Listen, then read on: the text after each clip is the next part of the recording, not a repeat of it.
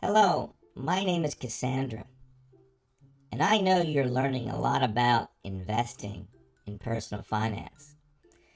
But if you want to learn a lot about investing, you're going to have to know about stocks and their prices. So today, I'm going to help you with the price of a stock. Now, a stock is not much different than any other product, like, say, a pizza or a fancy car. Okay? People buy those products because they want them. And, ooh, look at my arm, it goes long.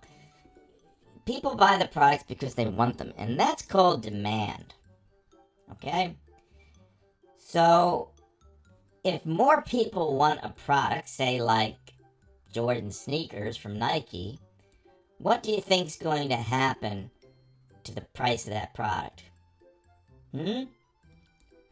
You're right.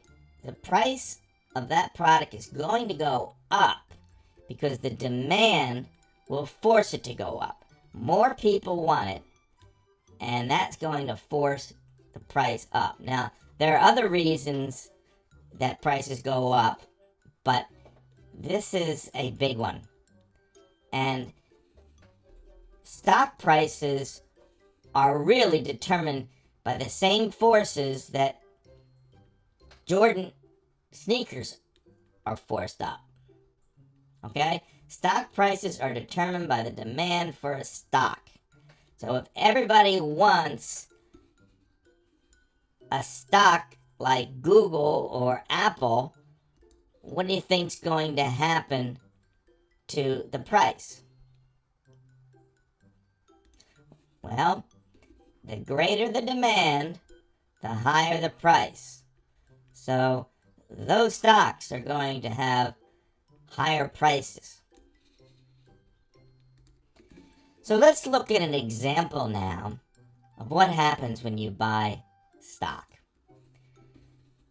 Let's suppose you buy a stock and only one share for $50 today. 1 year later, the demand, everybody wants more of that stock, goes up. What will happen to the price of that stock? Think about it. You're right. The price will go up, up, up. Okay? So, let's suppose, again, you buy one share of a stock and it costs $50. 1 year later, it's $60 a share. That means that you make $10 profit because that price went up. Okay? Now, people don't usually just buy one share of stock, and some very wealthy people buy millions of shares of stock. So, what would happen if you bought 100 shares of that stock?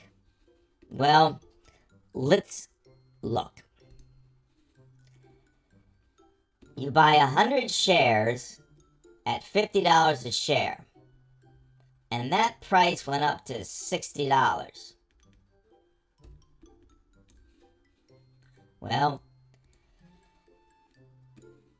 because that price went up $10, you got $10 profit. But you owned 100 shares. And that means you'd have to multiply.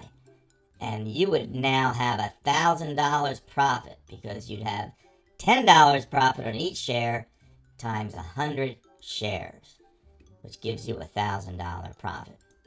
Now, that doesn't mean that all of you are going to make money on the stock market. No, no, no. Sometimes the price of those shares go down, and you can lose money in the same way.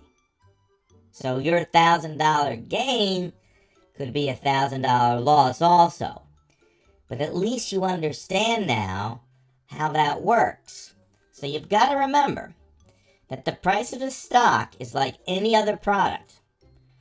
And that price is affected mainly by demand for that product, just like the sneakers. It can go up and it can go down. But when more people demand it, the price goes up, and that's what you want. And the more shares that you have, the more profit you'll make. Well, that's about it. If you have any questions, make sure you ask your teacher. Bye-bye.